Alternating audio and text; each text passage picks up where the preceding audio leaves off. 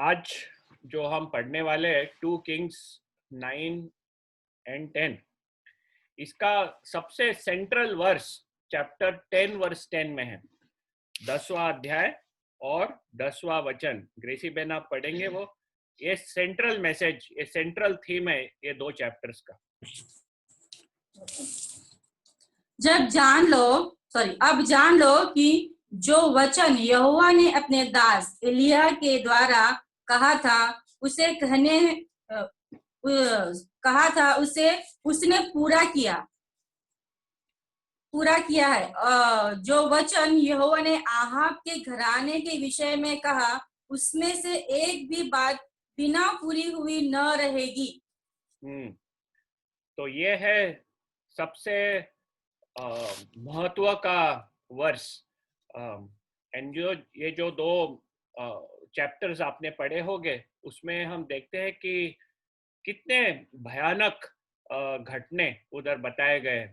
लोगों को कत्ल किया जा रहा है और हम पढ़ते हैं तब सोचते हैं ये क्या एंड क्यों होता है। तो आज का जो सेशन है, लेसन है, हम उसे ये शीर्षक देंगे कि परमेश्वर की योजना हमेशा पूरी होती है। परमेश्वर की योजना हमेशा पूरी होती है और इसे हम 4 भाग में देखेंगे। गॉड चूजेस, परमेश्वर चुनता है और नियुक्त करता है, चूजेस एंड अपॉइंट्स। दूसरा, परमेश्वर बताता है, गॉड इंस्ट्रक्ट्स, वो स्पष्ट रीति से बताता है। तीसरा, गॉड एनेबल्स, परमेश्वर सक्षम बनाता है। एंड फोर्थ, गॉड इवैल्यूएट्स, परमेश्वर मूल्यांकन करता है। तो ये 4 चीजें में हम देखेंगे कि किस तरह से परमेश्वर की योजना हमेशा पूरी होती है। हमारे जीवन में हम कई समय जो बुरा है, व्हाट इज इवल, जो पाप है, हम देखते हैं और अनेक बार सोचते हैं कि परमेश्वर ऐसा क्यों होने देता है। इतना समय बीत जाता है, कुछ नहीं होता। जो पापी लोग हैं अपने हिसाब से सब कुछ करते रहते हैं। परमेश्वर बोलता है कि वो पवित्र परमेश्वर है, वो अच्छा परमेश्वर है, लेकिन हम देखते हैं कि पापी लोग आगे बढ़ते जाते हैं और जो लोग परमेश्वर का नाम मुंह में लेते हैं उन्हें समस्या खड़ी होती है, कठिन परिस्थिति खड़ी होती है और कितने तकलीफें भी आते हैं उनके जीवन में। परमेश्वर की राहत हम देखते नहीं, हमें कुछ रिलीफ नहीं दिख रहा है आजू बाजू में। और ये प्रश्न खड़ा हो जाता है कि जो जीवित परमेश्वर है, जो सब कुछ जानने वाला परमेश्वर है, जो सर्वशक्तिमान परमेश्वर है, वो चुप क्यों बैठा है, क्यों ऐसा होने देता है। तो इस घटने में से हम देखेंगे कि किस तरह परमेश्वर की जो योजना है वो हमेशा पूरी होती है। और पहला हम देखेंगे कि परमेश्वर किस तरह से चुनता है और नियुक्त करता है। पहले 4 वचन चैप्टर 9 के हम देखते हैं कि एलीशा वो अपने एक साथीदार को कहता है जो भविष्यवक्ता है कि ये तेल का घड़ा ले और रामोत गिलियाद जो जगह है उधर जा। और उधर एक सेनापति दिखेगा, मिलेगा, उसका नाम जेहू है।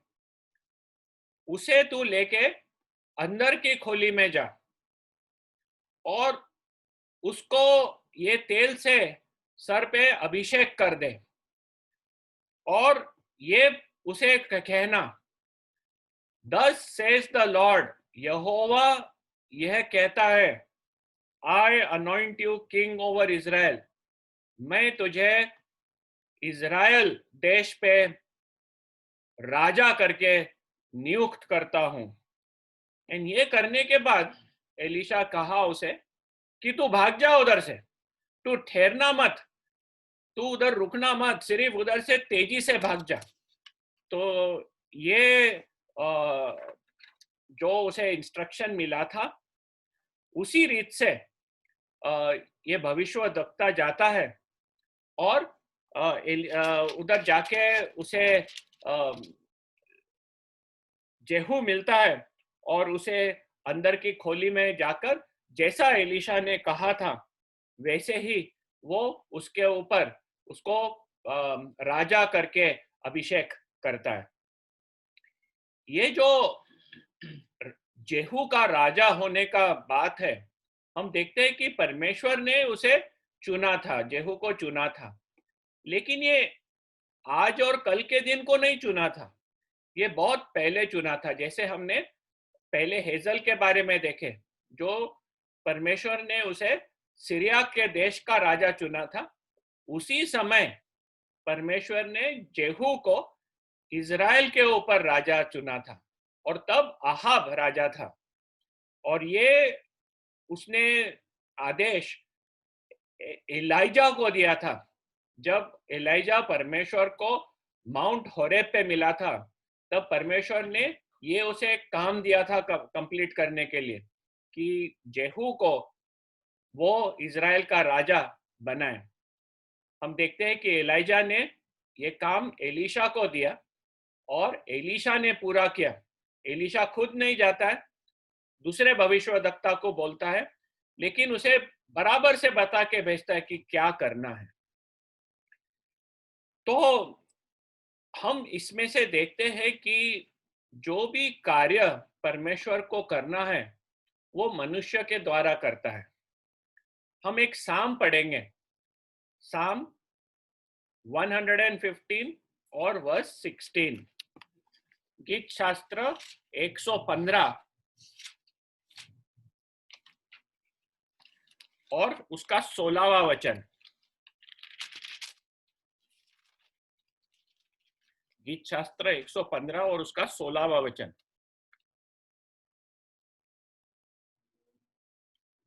ग्रेसी बहन पढ़ेंगे।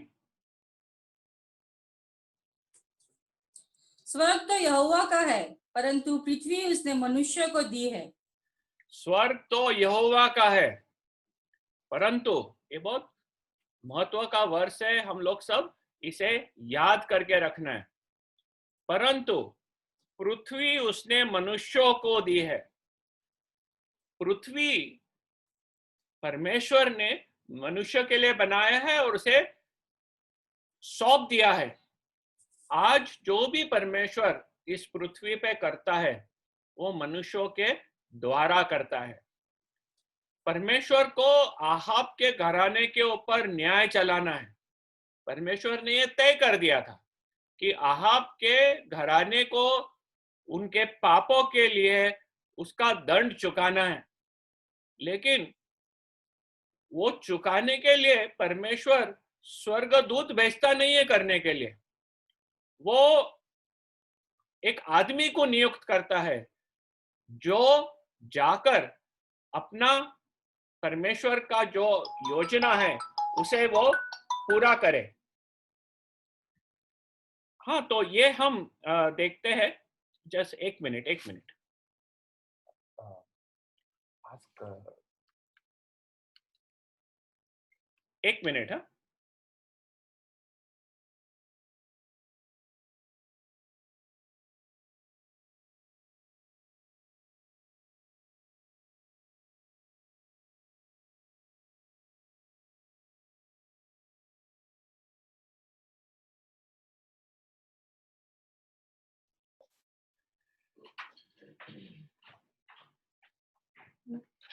तो हम देखते हैं कि परमेश्वर अपना पूरा कार्य मनुष्य के द्वारा करता है, क्योंकि पृथ्वी उसने मनुष्यों को दी है। तो इधर उसका ये जो योजना है वो मनुष्यों के द्वारा पूरा कर रहा है, और उसने ये काम पूरा करने के लिए जेहू को चुना था, और जेहू को चुन के उसे ठीक तरह से नियुक्त भी किया, और वो करने के लिए वो एक अपना भविष्यवक्ता को भेजता है। इसमें से हम पहचानते हैं कि परमेश्वर मनुष्यों को अपनी सेवा के लिए वापरता है। हम लोग जो उसके ऊपर विश्वास करे हैं, हर एक जन को अनेक रीत से वो अपने परमेश्वर के कार्य के लिए वो वापरता है। इस जग में जो कुछ परमेश्वर को करना है, वो मनुष्यों के द्वारा पूरा करता है। आपको बुलाता है, मुझे बुलाता है। हर एक जन जो परमेश्वर के प्रभु यीशु ख्रिस्त के ऊपर विश्वास किया है, उसने उन्हें स्वर्गीय दान से भरपूरी किया है। He has given them spiritual gifts. हर एक जन, ऐसा एक भी जन नहीं है जिसने नया जीवन पाया है और जिसने आत्मिक दान नहीं मिला है। और वो चाहता है कि हम ये आत्मिक दान वापर कर उसकी जो योजनाएं हैं, उसकी जो इच्छा है, उसमें पूरी तरह से मिलकर उसका कार्य करें। पृथ्वी पे जो काम होता है वो मनुष्य के द्वारा करता है। दूसरा हम देखेंगे कि परमेश्वर किस तरह बताता है। God instructs and tales his people, और वो 7वें वचन से हम देखेंगे कि ये जो भविष्यवक्ता आता है वो कुछ कह के जाता है। चैप्टर 9 वर्स 7, ग्रेसी बेन पढ़ना हो। तू अपने स्वामी आहाब के घराने को मार डालना, जिसने मुझे अपने दास भविष्यवक्ता के वरन अपने सब दासों के खून का जो इजेबेल ने बहाया बदला मिले। 8वां वचन भी, क्योंकि आहाब का समस्त घराना नष्ट हो जाएगा, और मैं आहाब के वंश के हर एक लड़के को और इज़राइल में के क्या बंदी क्या स्वाधीन, हर एक का नाश कर डालूंगा। तो ये वो कहता है उसे कि तू जाके आहाब के घराने को पूरी तरह से नष्ट करना, ठीक है। और जेजेबेल ने भी जो भविष्यवक्ता का खून करी थी, उसे भी उसका दाम चुकाना है। अभी काफी साल बीत गए थे जब जेजेबेल ने ये करी थी। वो इलाइजा के समय करी थी। इलाइजा तो स्वर्ग में चले गया, लेकिन परमेश्वर हर एक अपना जो दास है, उसका जो खून उसने बहाया था, उसका दाम चुकाने के लिए परमेश्वर ने मन में रखा था। और अभी जेहू को कहता है कि जेजेबेल जो है, उसने जो करी मेरे भविष्यवक्ता और मेरे सेवक के विरुद्ध, उसका दाम चुकाना है। फिर 8वें वचन में हम देखते हैं कि पूरा जो घराना है आहाब का, वो नष्ट हो जाएगा। हर एक उसमें से आदमी, बच्चा, जो भी उसका है, हर एक जन, वो बंदी हो या फ्री हो, कौन भी जो आहाब के घराने में है, हर एक जन को काटा जाएगा। और बाद में 90वें वचन में लिखा है कि उसको मैं जेरोबोआम के घराने जैसे बना दूंगा। जेरोबोआम के घराना को क्या हुआ था, हम देखते हैं 1 किंग्स चैप्टर 15 वर्सेस 28 एंड 29। कोई पढ़ेगा उसको? 1 किंग्स चैप्टर 15, पहला राजा 15वां अध्याय 28 एंड 29।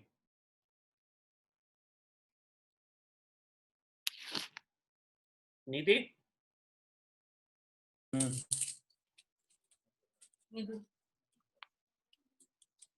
इस प्रकार यहूदा के राजा आसा के तीसरे वर्ष में बादशाह के नादाब को मार डाला, और उसके स्थान पर राजा बन गया। राजा होते ही बादशाह ने यारोबाम के समस्त घराने को मार डाला। उसने यारोबाम के वंश को यहाँ तक नष्ट किया कि एक भी जीवित न रहा।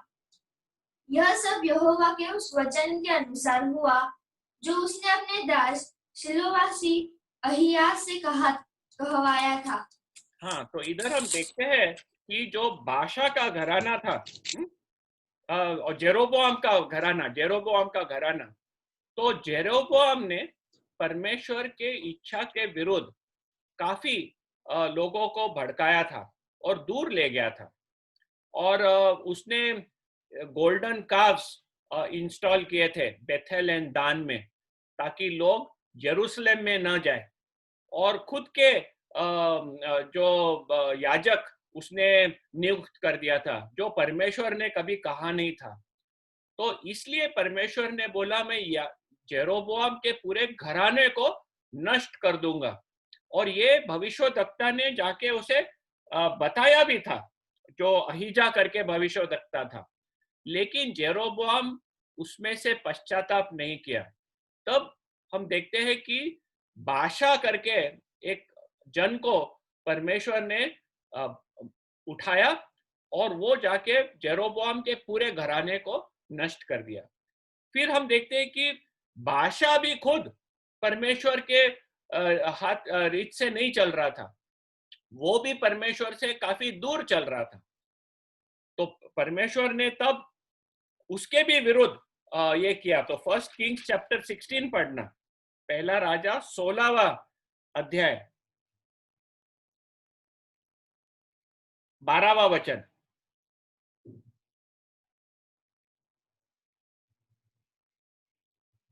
निधि। हाँ, इस रीति यहोवा ने उस वचन के अनुसार जो उसने येहू नबी के द्वारा बादशाह के विरुद्ध कहा था, जिम्री ने बादशाह का समस्त घराना नष्ट कर दिया। जब बादशाह उसके विरुद्ध चल रहा था, तब उसने जिम्री को उठाया और जिम्री ने जाके बादशाह के पूरे घराने को नष्ट कर दिया। लेकिन ये करने के पहले एक याद रखना, हमेशा परमेश्वर अपना भविष्यवक्ता भेजता था और उन्हें पहले से पता था। तो उधर जेहू करके एक भविष्यवक्ता था, ये जेहू से अलग। ये जो जेहू जिसके बारे में हम पढ़ रहे हैं वो राजा हुआ। ये जो बादशाह को जो गया था वो भविष्यवक्ता था और उसने उसे कहा था। लेकिन हम देखते हैं कि बादशाह और उसके घराने ने पश्चाताप नहीं किया और परमेश्वर ने जिम्री को भेज के उसके घराने का पूरी तरह से नष्ट कर दिया। अभी चैप्टर 9 वर्स 9 में हम देखते हैं कि ये जो भविष्यवक्ता है जेहू को जाके कहता है कि तुम जाके अहाब के घराने को नष्ट कर दो, जैसे जेरोबोआम और बादशाह के घराने को नष्ट किया गया वैसे ही बना डालना उधर। फिर 10वां वचन, हम 10वें वचन में देखते हैं कि कुत्ते लोग जेजेबेल को खा लेंगे। किधर? जेजरील में।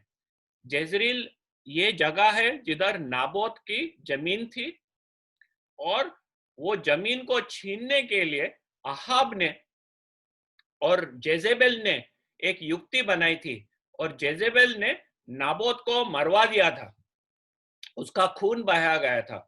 और तब इलाइजा ने ये बताया था कि उसके ऊपर उसका जो वो जेजेबेल खुद कुत्ते लोग उसे खा लेंगे। और किधर ये सब होगा घटना? जेजरील में, जिधर उसने नाबोत के विरुद्ध ये की थी। ये 10वें वचन में हम पढ़ते हैं, और उसे कोई गाड़ेगा नहीं। तो ये सब हम देखते हैं कि ये भविष्यवक्ता आके जेहू को बोल के जाता है। ये जो भविष्यवक्ता जो बताता है, ये सब अचानक नहीं हुआ, ये सब पता था अहाब को, ये सब पता था उसके बेटे लोगों को जो राजा बने उधर। उन्हें इलाइजा ने खुद जाकर ये कहा था, और काफी साल बीत गए थे ये भविष्यवाणी के, लेकिन उन्होंने अपने आप में कुछ बदलावट नहीं लाई थी। हम देखेंगे कि इलाइजा ने क्या भविष्यवाणी दी थी आहाब को। तो पहला राजा वर्स 21, फर्स्ट किंग्स चैप्टर 21,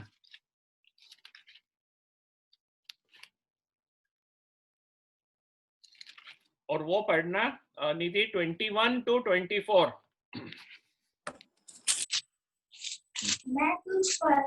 मैं तुझ पर ऐसी विपत्ति डालूंगा कि तुझे पूरी रीति से मिटा डालूंगा, और आहाब के घर के एक एक लड़के को, और क्या बंधुए क्या स्वाधीन, इज़राइल में हर एक रहने वाले को भी नष्ट कर डालूंगा। और मैं तेरा घराना नाबात के पुत्र यारोबाम और अहिया के पुत्र बाशा का सा कर दूंगा, इसलिए कि तूने मुझे क्रोधित किया है और इज़राइल से पाप करवाया है। और इज़राइल के विषय में यहोवा यह कहता है, इज़राइल के किले के पास कुत्ते इज़राइल को खा डालेंगे। आहाब का जो कोई नगर में मर जाएगा उसको कुत्ते खा लेंगे, और जो कोई मैदान में मर जाएगा उसको आकाश के पक्षी खा जाएंगे। तो अभी ये इलाइजा ने बहुत स्पष्ट रीत से आहाब को बताया था, और उसके घराने को ये सब मालूम था कि परमेश्वर ये करने वाला है। लेकिन उन्होंने क्या बोला? ठीक है, हमको कौन क्या करेगा देखेंगे, मैं राजा हूं, मुझे कौन हाथ लगाएगा, जो मैं चाहता हूं वो मैं करूंगा। ये जो एटीट्यूड है, ये एटीट्यूड से उन लोग, जो इलाइजा ने कहा था उसके ऊपर उन लोग ने मन फिराव नहीं लाया। और हम देखते हैं कि अब समय आ गया है, मन फिरावने का बंद हो गया है समय। अभी न्याय का समय आ गया है, और वो न्याय को पूरा करने के लिए हम देखते हैं कि एलीशा ये भविष्यवक्ता को भेजता है जेहू के पास। परमेश्वर ने जेहू को बहुत बराबर से बता दिया था कि वो क्या अपेक्षा थी उसके पास से, उसको क्या करना है, बराबर से उसने बताया था। जो उसने कहा था जेहू को, उसका ये ऑब्लिगेशन था, उसकी रिस्पॉन्सिबिलिटी थी, जिम्मेदारी थी कि वो जाके पूरा करे। जब परमेश्वर अपनी योजना करता है, वो अपने लोगों को चुनता है और नियुक्त करता है, और चुनने और नियुक्त करने के बाद वो उन्हें बताता है, स्पष्ट रीति से बताता है कि क्या करना है। हम जब परमेश्वर का वचन पढ़ते हैं, स्पष्ट रीति से परमेश्वर का वचन ये बताता है कि हमारे जीवन में किस तरह से हमें जीना है। इजरायली लोगों को परमेश्वर ने अपने वचन से बताया था कि उनको किस तरह के आशीर्वाद मिलेंगे और किस तरह से श्रापित होंगे। आशीर्वाद तब जब वे परमेश्वर के भय में चलेंगे, और श्रापित तब जब वो उससे दूर जाएंगे। परमेश्वर का आत्मा हमें हमारे हृदय में हमेशा अगुवाई करता है और बताता है कि परमेश्वर हमारे से क्या चाहता है। हमारी जिम्मेदारी है उसे सुनना, और जो वो कहता है उसे पूरा करना। परमेश्वर अनेक कार्य कर रहा है इस जग में, और वो कार्य करने के लिए उसने अपने लोगों को चुना है।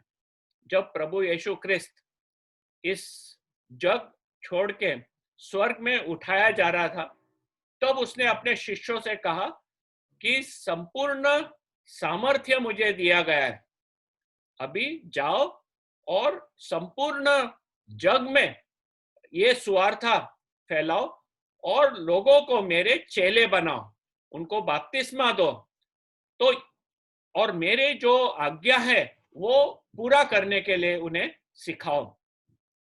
परमेश्वर पूरी तरह से हमारे जीवन के द्वारा वो क्या करना चाहता है उसके वचन में उसने बता के रखा है। हमें वो सुनकर उसके रीत से चलना है। तीसरा हम देखेंगे कि हाउ गॉड एनेबल्स, परमेश्वर कैसे सक्षम बनाता है। परमेश्वर चुनता है, नियुक्त करता है, बताता भी है क्या करना है, और वो सक्षम भी बनाता है। तो चैप्टर 9 वर्स 13, मेरी चैप्टर 9 वर्स 13 पढ़ना। 2 किंग्स चैप्टर 9 वर्स 13। तब उन्होंने झट अपना वस्त्र उतारकर उसके नीचे सीढ़ी ही पर बिछाया और नरसिंगी फूंककर कहने लगे, येहू राजा है। अभी ये जरा देखना कि बाकी के लोग भी सेनापति है, उनमें से एक जन को ये आदमी आके चुन के गया और उसने बताया था कि वो भी अंदर खोली में लेके गया, उसने सब जन के सामने भी नहीं किया, उसको जो अभिषेक किया उसने प्राइवेटली खोली के अंदर जाके। और उनका जो सोचना था ये भविष्यवक्ता के बारे में, वो 11वें वचन में बुलाया गया है। वह बावला क्या तेरे पास आया था, क्यों तेरे पास आया था। तो ये जो भविष्यवक्ता था उसके बारे में बाकी के सेनापति लोग उसे एक बावला करके, एक मैड फेलो करके पहचानते थे। तो भी जब जेहू ने उन्हें बताया कि क्या कह के गया ये, तुरंत बाकी के सेनापति उसे मानते हैं कि हाँ ये एक राजा है और उसे राजा करके स्थापन कर देते हैं। अभी जेहू को भी डर लगा रहेगा करके बाकी के सेनापति अग्री नहीं हुए तो एक भयानक दोष हो गया रहता उसके विरुद्ध, जिसके लिए मृत्यु दंड मिला रहता। राजा के विरुद्ध जाना और उसके सिंहासन के विरुद्ध जाना, उसके लिए सिर्फ मृत्यु दंड एक पेनल्टी रहता है।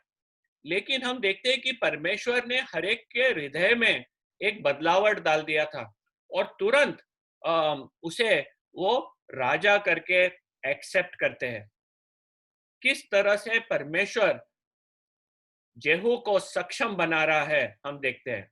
आगे बढ़ के हम देखते हैं कि जेहू किस तरह से जाके जोराम जो इजराइल का राजा था उसे वो मार देता है। अभी थोड़ा सा हम ज्योग्राफी देखेंगे।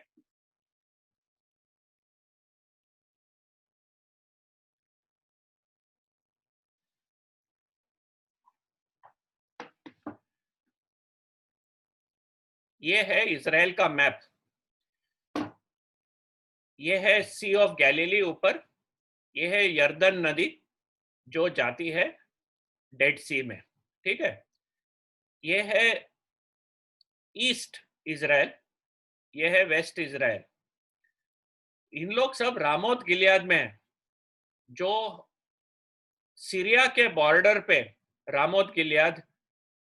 तो जेहू और बाकी के सेनापति और पूरी सेना रामोत गिलियाद पे है, उनका जंग चला है सीरिया के साथ।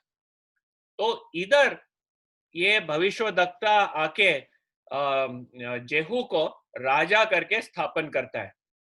उस समय जो इजराइल का राजा जोराम वो जेजरील में है। जो युद्ध चला था उसमें जोराम वो जख्मी हो गया था और वो जख्म में से ठीक होने के लिए वो जेजरील में जाके रहा था। उसका राज्य स्थान समेरिया है, वो समेरिया में नहीं था, वो उस समय जेजरील में था। एंड जेजरील में क्यों था? क्योंकि ये जो युद्ध है जो रामोत गिलियाद में चली थी उसमें उसे बाण लगा, वो घायल हुआ और ठीक होने के लिए वो जेजरील जगह में उधर आराम कर रहा था। तो हम देखते हैं कि जेहू इधर से निकलता है और वो जेजरील की ओर जाने लगता है। बाकी के जो सेनापति है उन्हें कहता है कि शब्द जेजरील तक न पहुंचे कि जेहू राजा है। जेहू बोलता है मैं खुद जाके जो परमेश्वर ने मुझे आज्ञा दी है उसको मृत्यु दंड देने की मैं पूरा करूंगा। तो हम देखते हैं कि इधर से रामोत गिलियाद से निकलकर जेहू घोड़े सवारी अपने रथ में जल्दी से जेजरील की ओर, काफी दूर है, वो अपना प्रवास शुरू करता है। बाकी के लोग इधर ही है। जो पूरी सेना है वो राजा के साथ नहीं है, सेना इस तरफ है करके युद्ध चल रहा है उधर। तो हम देखते हैं कि किस तरह से परमेश्वर ने एक पूरा तैयारी करके रखा था कि जो राजा जोराम वो इधर है, उसकी सेना उसके साथ नहीं है, उसे बचाने के लिए कोई नहीं है। उसके पूरे सेनापति और सेना सीरिया के साथ जंग में पड़े हुए हैं। तो ये निकलता है और जोर से जेजरील की ओर जा रहा है। तब उधर हम देखते हैं कि जो सवार क्या जो पहरुआ है, द वॉचमैन पहरुआ जो खड़ा था वॉच टावर पे, वो दूर से देखता है कि एक रथ जोर से आ रही है। तो जाके वो राजा को कहता है कि कोई तो भी लोग रथ में जल्दी से आ रहे हैं।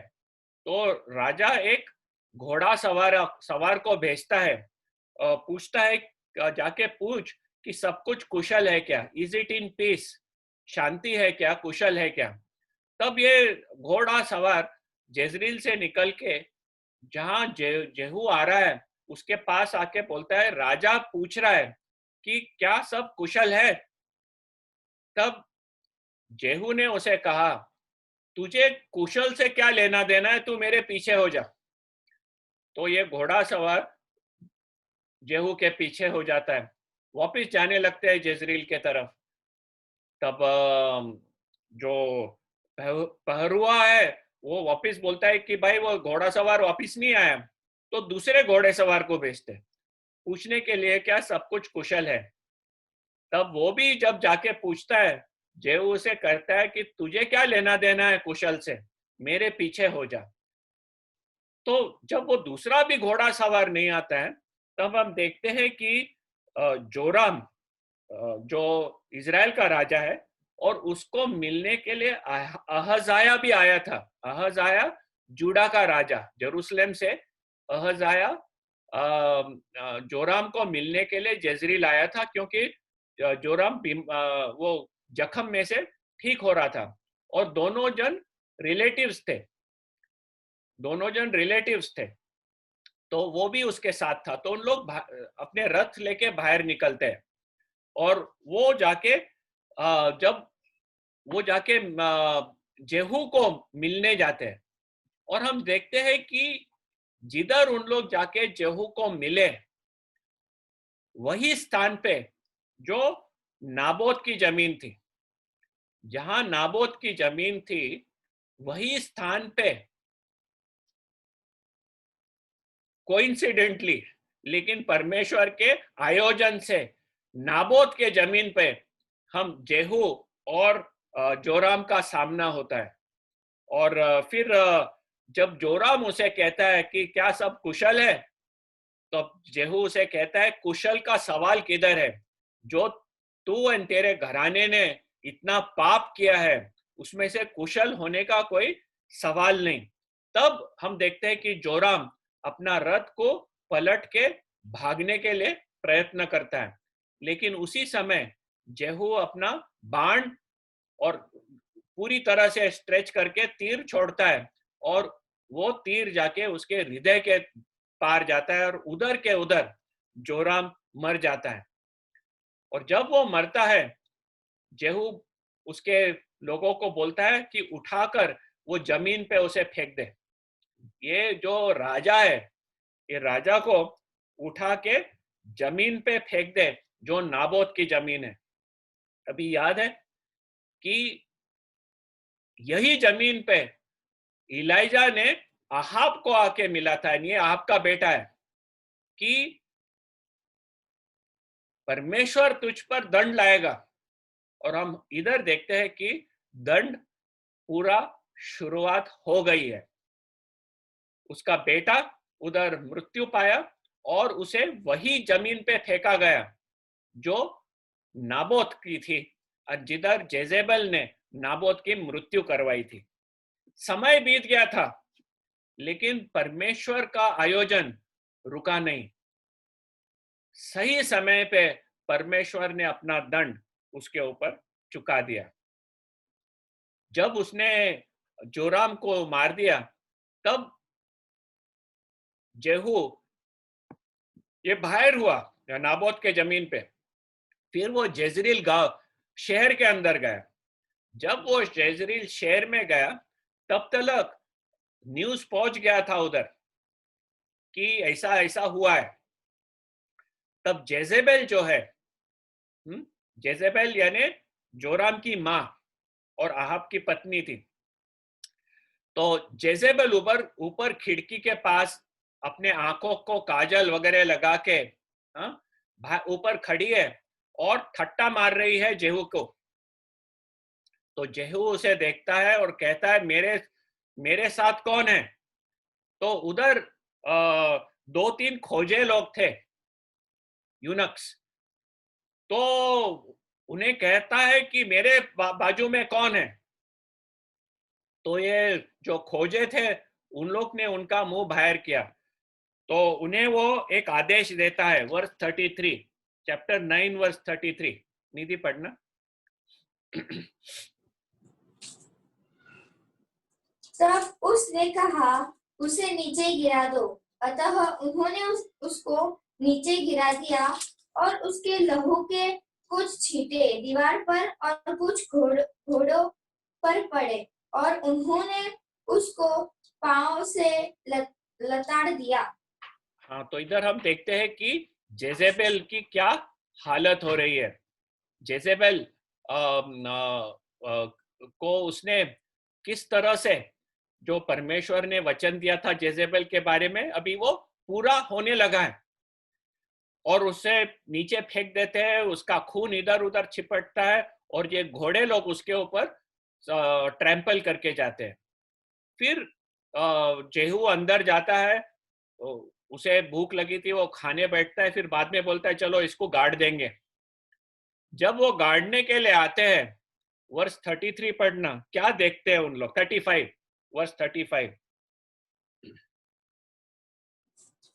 जब वे उसे मिट्टी देने गए, तब उसकी खोपड़ी, पांव और हथेलियों को छोड़कर उसका और कुछ न पाया। बस इतना ही था, उसकी खोपड़ी थी, हथेली और पैर थे। क्यों? बाकी का गया किधर? कुत्ते लोग ने आके उसे खा लिया था। लोग पहचान भी नहीं सके कि यही जेजेबेल है। पता है जेजेबेल कौन थी?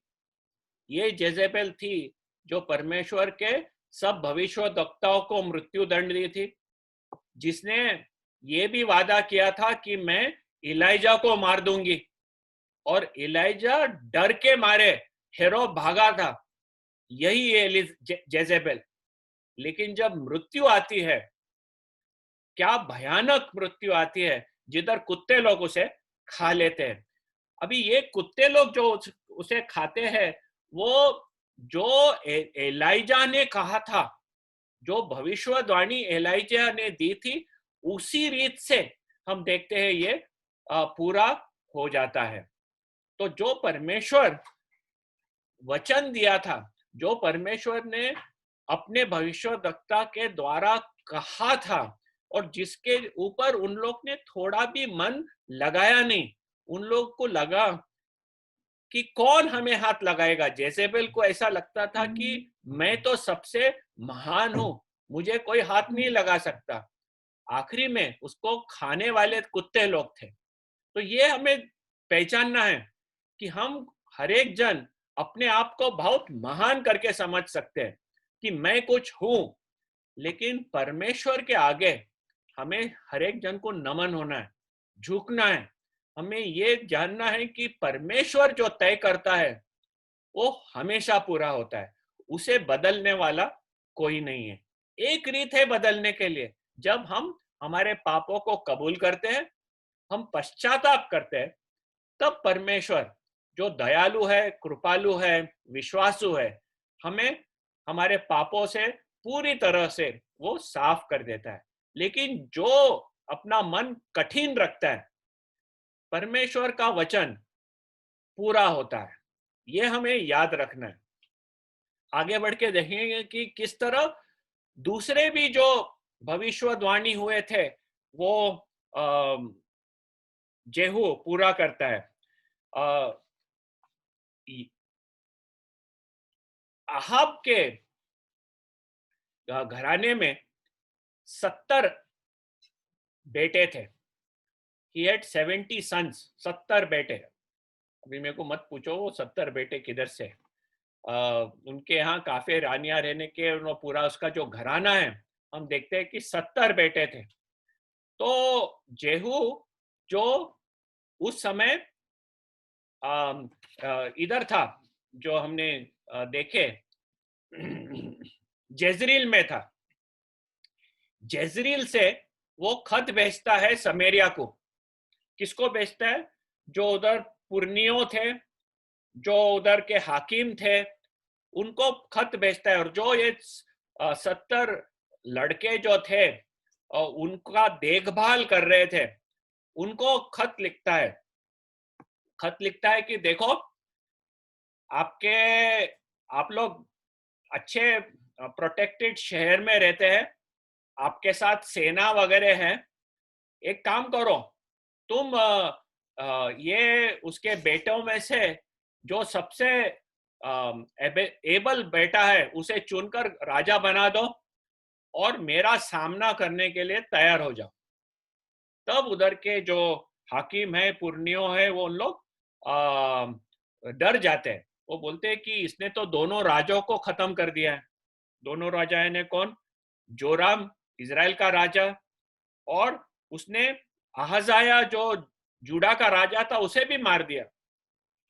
तो बोले हम लोग कौन है उसके सामने खड़ा रहने के लिए? तो उन्होंने उत्तर भेजा, देखो हम लोग किसको भी राजा नहीं बनाने वाले, जो तू चाहता है वो तू तेरे हिसाब से करना।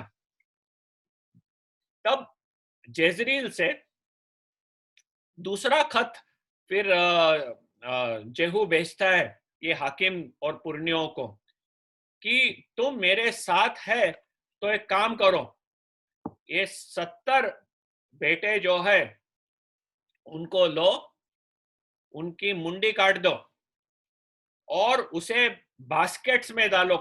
बास्केट को क्या बोलते हैं? टोकरी में डालो।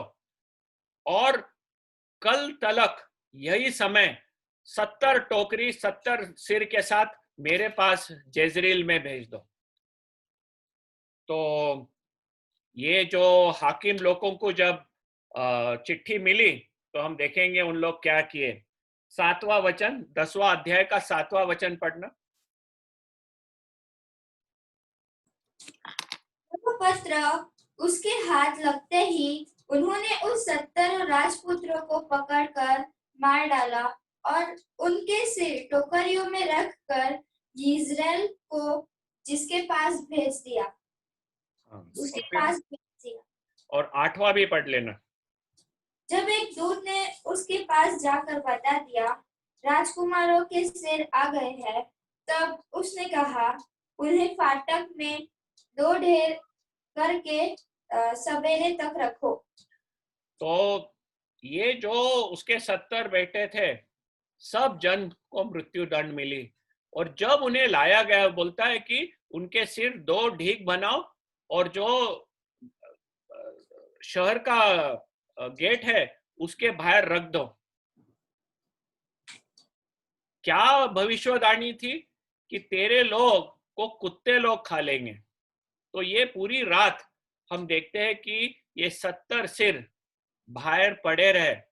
उधर क्या कुत्ते लोग ने खाए, पक्षी लोग ने खाए, पता नहीं, लेकिन भविष्यवाणी थी कि कुत्ते लोग और पक्षी लोग तेरे लोगों को खा लेंगे। और उसी रीत से हम देखते हैं कि पूरी तरह से ये हो गया। और ये सब जो हो रहा था, ये जो हमने स्टार्टिंग में पढ़ा 10वां वचन चैप्टर 10 का 10th वर्स, वापिस पढ़ेंगे हम। दीदी वापिस पढ़ना वर्स 10। अब जान लो कि जो वचन यहोवा ने अपने दास एलिय्याह के द्वारा कहा था, उसने पूरा किया है। जो वचन यहोवा ने अहाब के घराने के विषय कहा, उसमें से एक भी बात पूरी हुई न रहेगी। एक भी बात पूरी हुई नहीं रहेगी। ये सब जो हो रहा है, यानी जो जोराम की मृत्यु, जेजेबेल का मृत्यु, ये 70 उसके बेटे लोगों का मृत्यु और भी बाकी है। और हम देखते हैं कि उसने 11वें वचन में हम देखते हैं कि जो भी उस जेजरील में जो महान लोग थे, जो अहाब के घराने के मित्र थे और जो याजक थे जेजरील में, हर एक को वो मृत्यु दंड देता है और खत्म कर देता है। ये भी जो एलाइजा ने कहा था भविष्यवाणी, उस भविष्यवाणी के अनुसार उसने पूरा किया। बाद में हम देखते हैं कि वो समेरिया की ओर निकलता है। हमने देखा है समेरिया, तो उधर से शुरू कर देता है अपना रास्ता और जेजरील से समेरिया की ओर जाता है। और समेरिया की ओर जाने के बाद 17वें वचन में हम देखते हैं कि जो भी अहाब के घराने के बाकी लोग थे, सब जन को वो मृत्यु दंड दे देता है।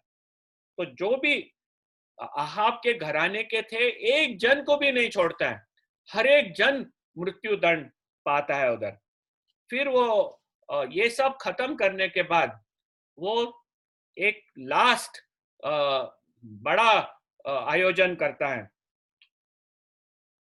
बाल जो देव था, जिसके पीछे इजराइल के सब लोग गए थे, और ये बाल देव को जेजेबेल ने बहुत बड़ा स्थान दिया था इजराइल देश में, और उसके काफी भविष्यवक्ता थे, बाल के भविष्यवक्ता और बाल के याजक लोग थे।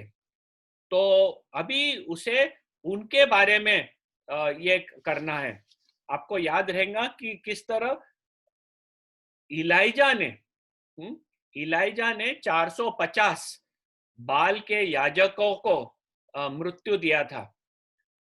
अभी उसके बाद हम देखते हैं कि और भी बाल के याजक और भविष्यवक्ता है, तो अभी उनको खत्म करना है। तो जेहू ने सोचा कि मैं कैसे करूं। तब वो प्रचार करता है उधर कि अहाब तो बाल की सेवा किया, लेकिन मैं बाल की बहुताई से सेवा करूंगा। और उसके हिसाब से वो 19th वर्ष में एक बड़ी मीटिंग बुलाता है, एक बड़ा ओकेजन करता है। तो 19th वर्ष पढ़ना निधि। 19।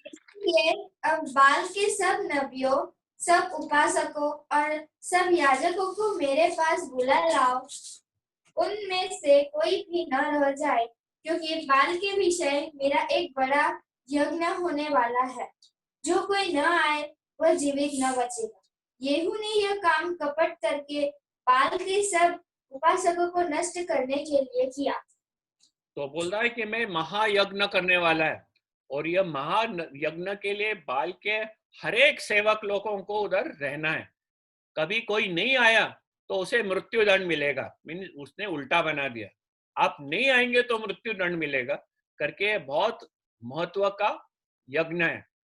फिर वो यज्ञ के लिए सब लोग आ जाते हैं, थोड़े खुश भी हो जाते हैं कि चलो हमारा बाल का जो सेवा है वो जारी रहेगा।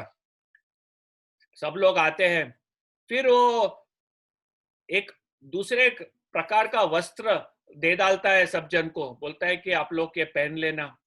फिर उनके कहता है कि देखो यहोवा के कोई भविष्यवक्ता और याजक आपके बीच में नहीं है, हाँ करके बाल के महायज्ञ के लिए सिर्फ बाल के लोग रहना चाहिए। यहोवा के लोग नहीं रहना चाहिए, तो उन लोग जांच के देख लेते कि कोई नहीं है, फिर वो महायज्ञ कर लेता है। और महायज्ञ करने के बाद बाहर वो 70 लोगों को खड़ा 80 लोगों को खड़ा करता है तलवार लेके, और उन्हें आदेश देता है कि उन लोग जितने बाल के लोग अंदर हैं उनकी उन लोग मृत्यु कर दें, और उन्हें सख्त ये वार्निंग देता है, चेतावनी देता है कि एक भी जन उनमें से बचेगा तो तुम्हारा जान उनके जान के बदलाव में रहेगा। तो उन्हें भी पता था कि वो किसको छोड़ नहीं सकते। फिर वो यज्ञ होने के बाद ये 80 लोग जो बाहर खड़े थे, अंदर जाके जितने बाल के जो सेवक थे सब जन को उन लोग मार देते।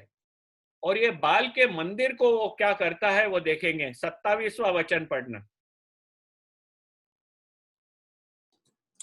और बाल की लाट को उन्होंने तोड़ डाला और बाल के भवन को ढककर शौचालय बना दिया, और वह आज तक ऐसा ही है।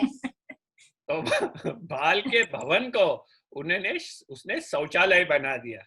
तो इस तरह से जो पाप इज़राइल में किया जेजेबेल के द्वारा, और जो अहाब ने भी प्रमोट किया, वो पूरी तरह से जेहू ने आके नष्ट कर दिया। ये पूरा जो घटना है वो जेहू की कथा नहीं है।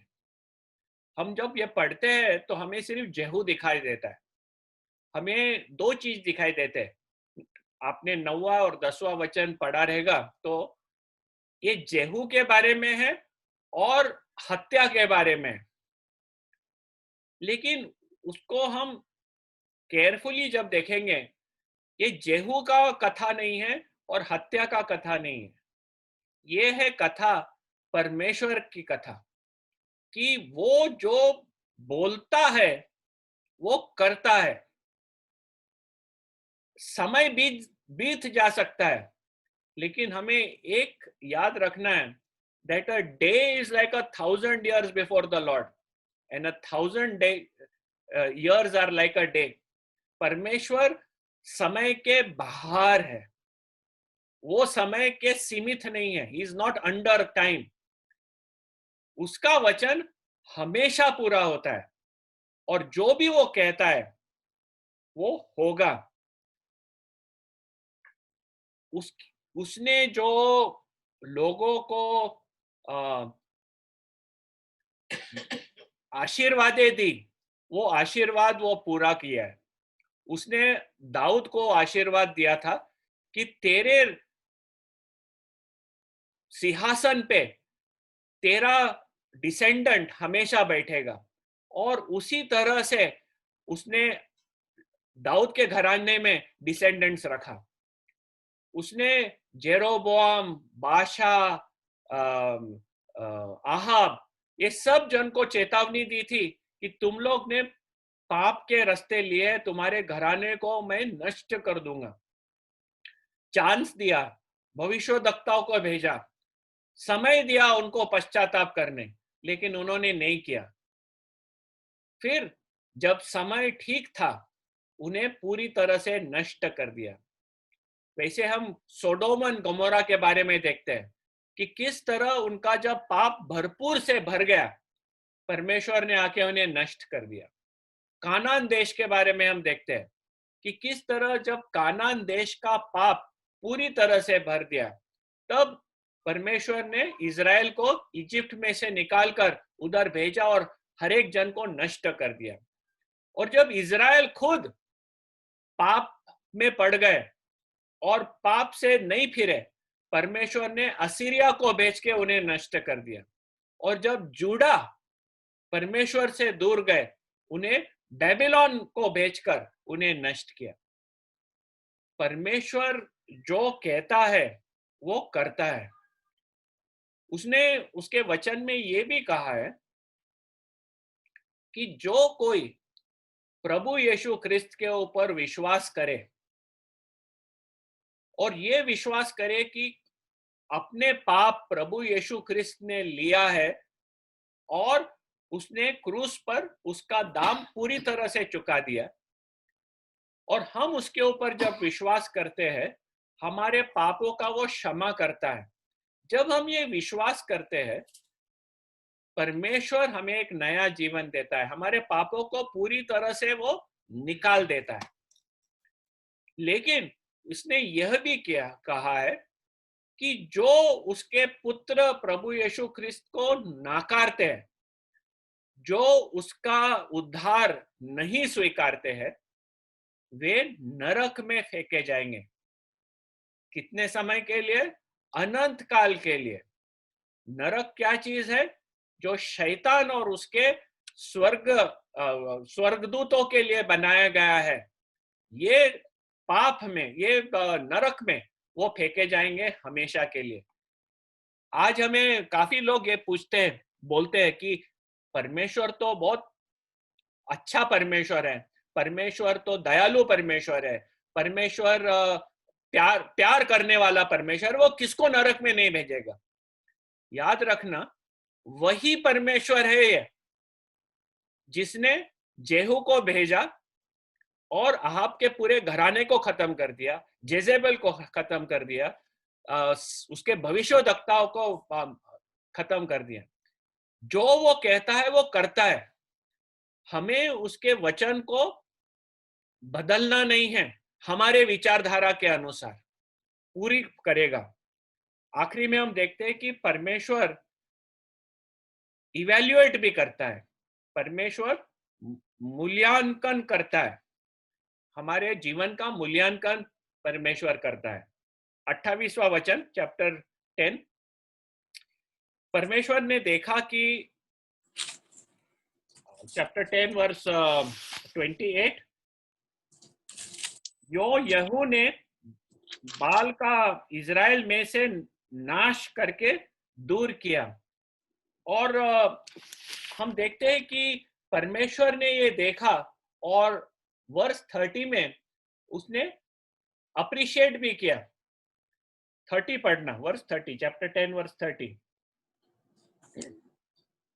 यहोवा ने येहू से कहा, इसलिए कि तूने यह किया जो मेरी दृष्टि में ठीक है और आहाब के घराने से मेरी इच्छा के अनुसार बर्ताव किया है, तेरे परपोते के पुत्र तक तेरी संतान इजराइल की गद्दी पर विराजती रहेगी।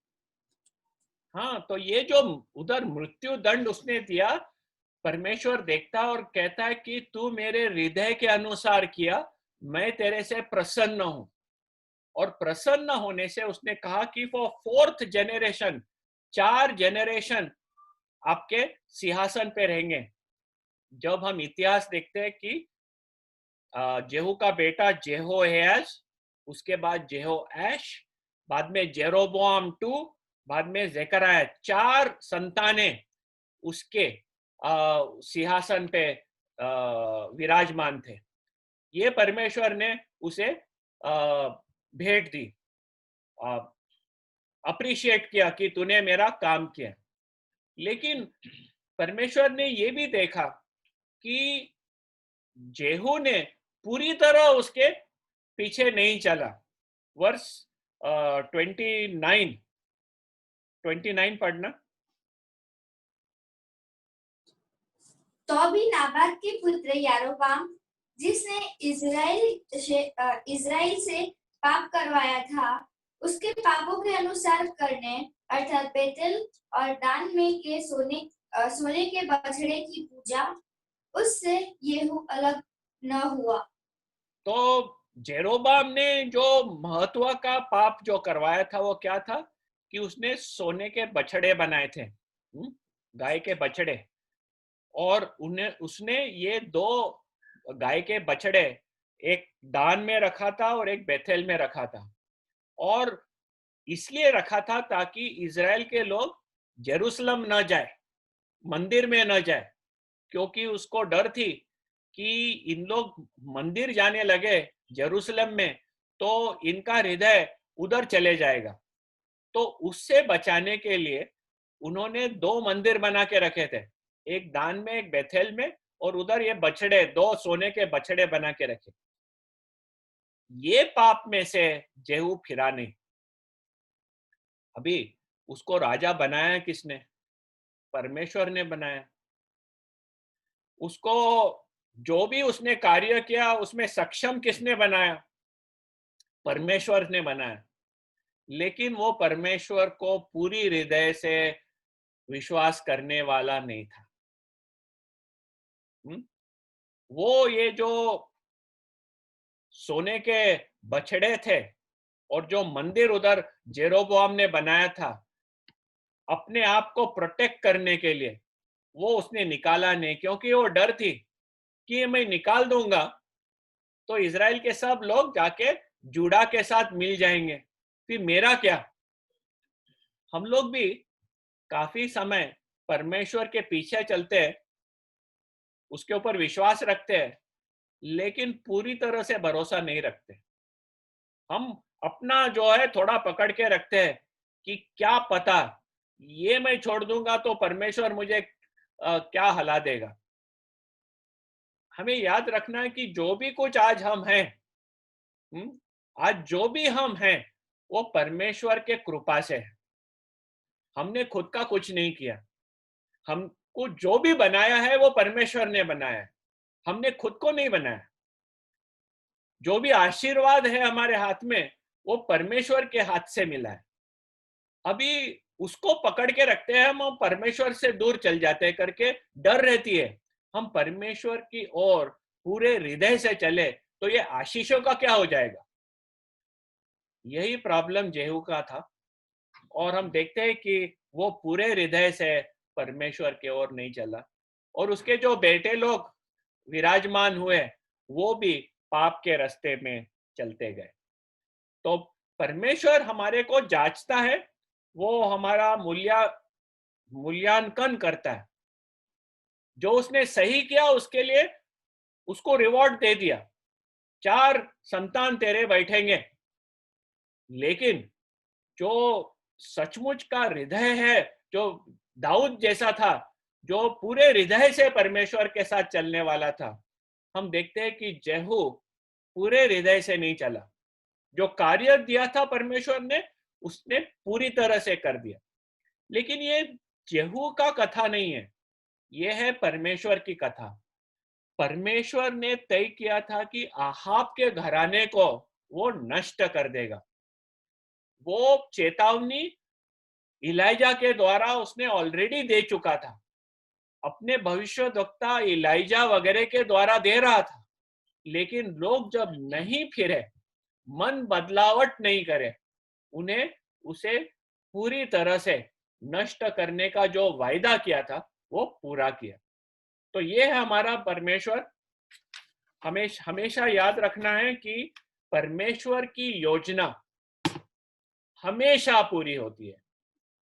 हम पूरा भरोसा रख सकते हैं परमेश्वर के वचन के ऊपर। हमारे उद्धार के बारे में भी पूरा भरोसा रख सकते हैं। जो उसने बोला है कि हमें बचा के रखेगा वो बचा के रखेगा, कोई हाथ नहीं लगा सकता हमें। उसने बोला है कि वो आएगा और हमें उठाकर ले जाएगा, हमारा रैप्चर होगा, जरूर होगा। कब होगा नहीं पता।